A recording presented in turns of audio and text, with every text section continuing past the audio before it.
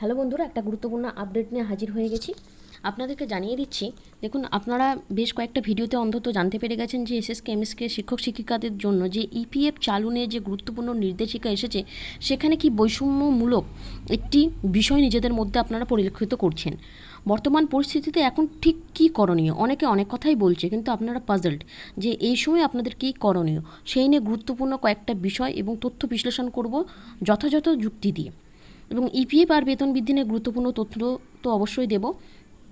আর SSK MSK শিক্ষক শিক্ষিকাদের দাবি কিন্তু এক হওয়া দরকার। দাবি যদি আলাদা হয় তাহলে কিন্তু আপনারা দিকভ্রষ্ট হয়ে যাবেন এবং কখনোই এক ছাতার নিচে এসে একটা সঠিক সিদ্ধান্ত নিতে পারবেন না। তো বেতন বৃদ্ধির জন্য কিন্তু সবথেকে বেশি জোরালো দাবি দরকার। দেখুন, এতদিন পর সরকার থেকে একটা নোটিশ দিয়েছে যেখানে ইপিএফের উল্লেখ আছে, অথচ 60 ও 65 বিভাজন। টার্মিনাল বেনিফিটের সময় এই বিভাজন দেখা যায়নি, সেটাকে বলবো যথেষ্ট ভালো, কিন্তু অথচ 60 আর 65 জন্য যে বিভাজন। আরও সবথেকে বড় কথা হচ্ছে 2024-এর 1 এপ্রিল থেকে এটা কিন্তু চালু হচ্ছে। এইখানটাই সবথেকে বড় বিষয়। আরও যে বিষয়টা রয়েছে যে এই গালভরা অর্ডার যে ইপিএফ দেওয়া হবে, অথচ কতটা বেনিফিট নিজেরা পাচ্ছেন, আদেও ম্যাক্সিমাম লোক এই বেনিফিটটাই কতটা উপকৃত হবে সেটা নিয়ে কিন্তু সংশয়। আপনারা নিজেরাই জানেন যে 65 বা 60 যারাই এই অপশানটা পান না কেন, যদি পরবর্তীতে 65দের জন্যেও আসে, আর যদি এটা 1 এপ্রিল 2024 থেকে চালু হয়, তাহলে আপনাদের বেনিফিটের পার্সেন্টেজ আরও কমে গেল, বেনিফিট খুব বেশি আপনারা পাবেন না। তাই এক দাবি হওয়া উচিত যে সবার মধ্যে জয়নিংয়ের ডেট থেকে আমাদের ইপিএফ দেওয়া হোক, অথবা প্যারা টিচারদের মতো 2015 সাল থেকে ইপিএফ দেওয়া হোক। এটা কিন্তু একটা জোরালো ঐক্যবদ্ধ আন্দোলন করা দরকার। না হলে এই নোটিশ যদি আপনারা মেনে নেন, তাহলে আপনাদের খুব একটা কিন্তু লাভ হচ্ছে না, আপনারা কিন্তু বঞ্চিতই থেকে যাচ্ছেন।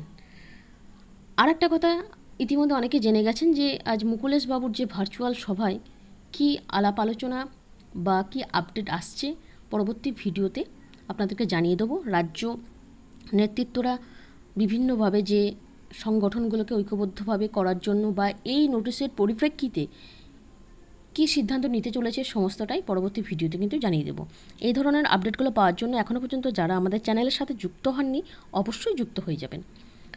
আজকে আরও বলে রাখি, রাজ্য নেতৃত্ব থেকে ঐক্যবদ্ধ আন্দোলন না কেস করতে চলেছেন পরবর্তী পদক্ষেপে, সেটা ঠিক করা দরকার।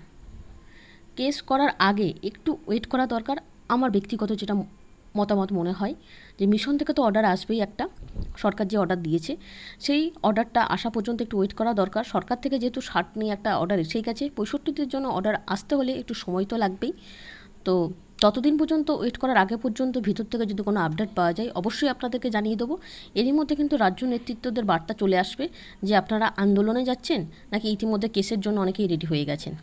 এর আগেও আমি জানিয়েছিলাম, যদি আপনারা সবাই বাড়িতে বসে না থেকে যতগুলো ঐক্যবদ্ধ সংগঠন আছে তাদের রাজ্য নেতৃত্বরা যদি এক ছাতা নিচে আসে, সব মতভেদ ভুলে, এই দাবিটা পূরণের পর আপনারা আপনাদের মতো করে চলতেই পারেন, কিন্তু দাবি পূরণের আগে বেতন বৃদ্ধি থেকে শুরু করে আপনাদের যথাযথ সময় থেকে ইপিএফ চালু করার জন্য যা ব্যবস্থা নেওয়া দরকার, সেই জন্য প্রত্যেকে কিন্তু এক জায়গায় আসতে হবে।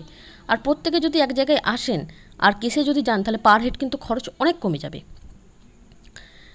আর একটা কথা মাথায় রাখবেন, এতদিন পর একটা ইপিএফের অর্ডার দিয়েছে গভর্নমেন্ট, বহুদিন পর্যন্ত কিন্তু এটাকে জাহির করতে পারবে তারা বলে রাখবে আপনাদের জন্য তো ইপিএফ চালু করে দিয়েছি, এটা তো এর আগে হয়নি, তাই আপনাদের জন্য অনেক কিছু করেছি।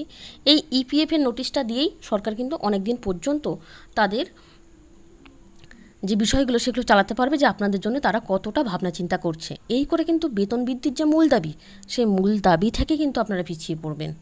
যদি এটাকে আনন্দের সাথে মেনে নিচ্ছেন, উল্লাসিত সাথে মেনে নিচ্ছেন যদি মনে করেন, আর মূল লক্ষ্য পর্যন্ত যতক্ষণ না পর্যন্ত আপনাদের দাবি মিটছে, ততদিন পর্যন্ত কিন্তু আপনাদের আন্দোলনকে জারি রাখতে হবে, বা বিভিন্ন কেসের মাধ্যমে যদি যেতে হয় সেটাও কিন্তু দেখতে হবে। তবে সেটা বিচ্ছিন্নভাবে নয়, একভাবে বা ঐক্যবদ্ধভাবে যদি না আসেন তাহলে কিন্তু হবে না। সংখ্যাটা কিন্তু ম্যাটার করে। যখন আপনারা রাস্তায় নামবেন বা আন্দোলন করবেন, সেখানে ম্যাক্সিমাম যদি 80% লোকও আপনারা যোগদান করেন, তবেই কিন্তু সরকারের নজরে সেটা আসবে, নচেত কিন্তু নয়। আর একটা কথা, এই সময় কিন্তু অনেকেই কিন্তু নানা ধরনের কেস, তারপর আন্দোলনের জন্য টাকা পয়সা তোলার বিষয়গুলো করে থাকেন, অনেকে সুযোগের সদ্ব্যবহার করেন। তো আমি একটা কথাই বলবো, সমস্ত কিছু জেনে বুঝে নিয়ে তবে এগোবেন, আর নাহলে কারো প্রলোভনে পা দিয়ে কিন্তু টাকা পয়সা দেওয়ার বিষয়টাই এগোবেন না। জেনে বুঝে টাকা দেবেন যেখানে দেন। আর একটা সবথেকে গুরুত্বপূর্ণ বিষয় যেটা, এই সময় যদি মরণকামন না দেওয়া হয়, আন্দোলন বলুন, কেস বলুন, যাই হোক না কেন, এখনও পর্যন্ত যদি বাড়ি বসে থাকেন, হোয়াটসঅ্যাপ মেসেজ দেখেন, ইউটিউবের আপডেট দেখেন, তাহলে কিন্তু আরও সময় চলে যাবে। বয়স বাড়ার সাথে সাথে আপনাদের চাকরির যে সময়সীমা সেটা পেরিয়ে যাবে। নতুন করে রিক্রুটমেন্ট নেই। আপনাদের বুঝতেই পারছেন যে স্কুলগুলোর কী দশা। তারপরে সরকারের তো সদিচ্ছা কতটুকু সেটুকু আপনারা প্রত্যেকেই জানেন। এমতো অবস্থায় যদি আপনাদের নিজস্ব দাবি দাওয়াগুলো আদায়ের জন্য যদি এখনও পর্যন্ত বাড়ি বসে থাকেন, তাহলে কিন্তু খুব সমস্যায় পড়বেন। আরও কয়েকটা নির্বাচন কেটে যাবে, অথচ কিছুই লাভ হবে না। যাই হোক, পরবর্তী ভিডিওতে আরও কিছু আপডেট নিয়ে আসবো। আজকে কী ধরনের আপডেট পাওয়া যাচ্ছে সমস্তটাই পরবর্তী ভিডিওতে দেখাবো, যে রাজ্য নেতৃত্বদের ভার্চুয়াল মিটিং থেকে কী জানা গেল। আজকের মতো এইটুকু। ভিডিওটা দেখার জন্য ধন্যবাদ।